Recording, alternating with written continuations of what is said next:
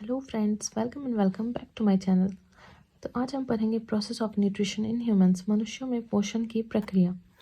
मनुष्य पेड़ पौधों और जानवरों दोनों का सेवन करते हैं तथा ये पूर्णभोजी हैं। मनुष्य भोज्य पदार्थों का ग्रहण, पाचन, अवशोषण, स्वांगीकरण और बहिष्करण की प्रक्रिया को आगे बढ़ाते हैं और पोषक पदार्थ प्राप्त करते हैं। पोषण के आधार पर मनुष्य दो प्रकार के होते हैं, एक कुपोषित और दूसरा सुपोषित। तो चलिए देखते हैं हम कुपोषित, मल न्यूट्रिएंट। इसमें कैसी व्यवस्था होती है कि पाचन क्षमता तो ठीक है, यहाँ पर ये लड़का है, इसकी पाचन क्षमता सही है पर इसके पास भोजन उपलब्ध नहीं है, तो ये कुपोषित हो जाएगा। और ऐसा नहीं है कि सिर्फ भोजन उपलब्ध नहीं होने पर ही इंसान कुपोषित होता है। मनुष्य को अगर अधिक भोजन उपलब्ध है तो भी वह कुपोषित कहलाता है। और सुपोषित के अंदर हम देखेंगे कि पाचन क्षमता भी सही है, भोजन भी उपलब्ध है, तो ये प्रॉपर न्यूट्रिएंट है। कुपोषण देखिए, यहाँ आगे कुपोषण दो प्रकार का होता है।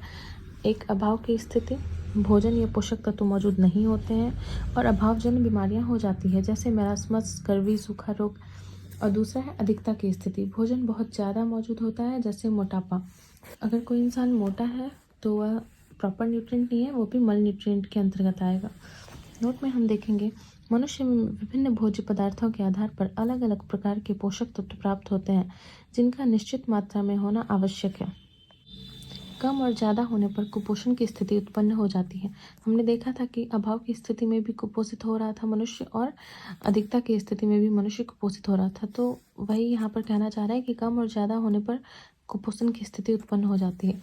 मानव का स्वस्थ होना और रोग मुक्त होना। स्वस्थ होना एक व्यापक अवधारणा है जिसके तहत सामाजिक समानता, आर्थिक स्थितियाँ, मानसिक स्थिति तथा शारीरिक स्थिति मुख्य रूप से जिम्मेदार होती है। रोग मुक्त होना व्यक्तिगत व्यवस्था है, अर्थात ऐसी स्थिति में हमारा शरीर पूरी क्षमता से कार्य नहीं करता।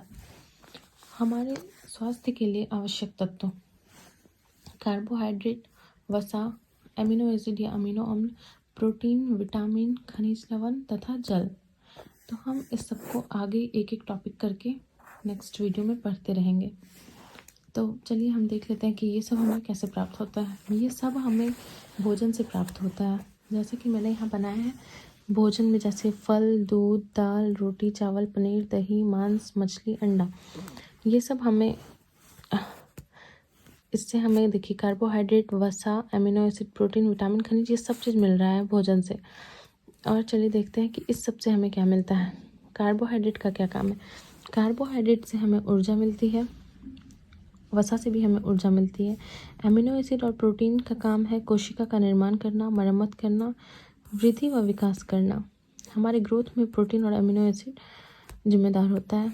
विटामिन और खनिज का काम है प्रतिरोधी और उपापचयी, इम्यून सिस्टम को अच्छा करता है, और उपापचयी मेटाबॉलिक सिस्टम, जैसे ये प्रक्रियाएं हमें वृद्धि करने, प्रजनन करने और अपने रचना को बनाए रखने में मदद करती है।